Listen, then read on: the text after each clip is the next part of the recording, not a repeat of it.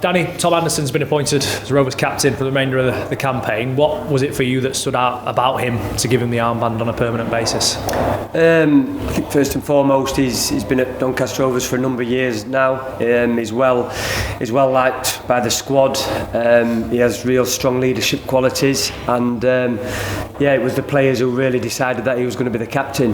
We had a meeting and asked the players to sort of do an anonymous vote on who would be the captain, who would be the vice captain, and it was pretty unanimous that Tom Anderson was the one they chose. So yeah, we go with that.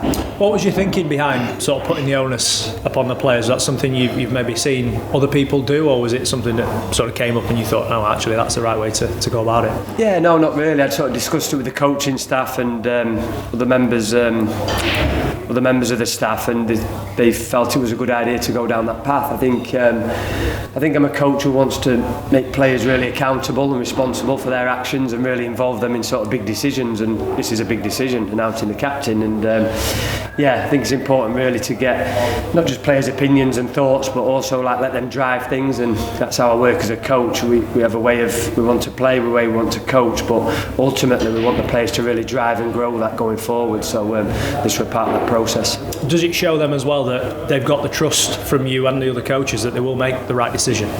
Yeah, I think it's all about building relationships as well. I think when this is done and gone and I'm not at the club no more, I think the thing that stands is relationships, and that's the thing to remember more than anything else, and we really want to grow that. We want to build it, want to build a culture and environment, and relationships is at the heart of it, and it's not easy to grow. You can talk about it I think all day long, but I think we're on the way to doing it. Tom understands what the club means to the supporters and what the club means to the players as well, doesn't he? He's made I think 160 odd appearances, one of the longest serving players. He was captain prior to the summer. To have that armband back will be a big boost for him as well. Yeah, I spoke to Tom previously when he wasn't the captain, and I think he did sort of admit that it did affect him a little bit, although he probably didn't show it because that's what kind of professional footballer he is, but I think it'll be a proud moment for him to have that captaincy back, and I'm sure he won't let anyone down. You need a team full of captains to be successful, don't you? Tommy Rowe will be club captain and vice captain now as well. How important is a role has he got to play?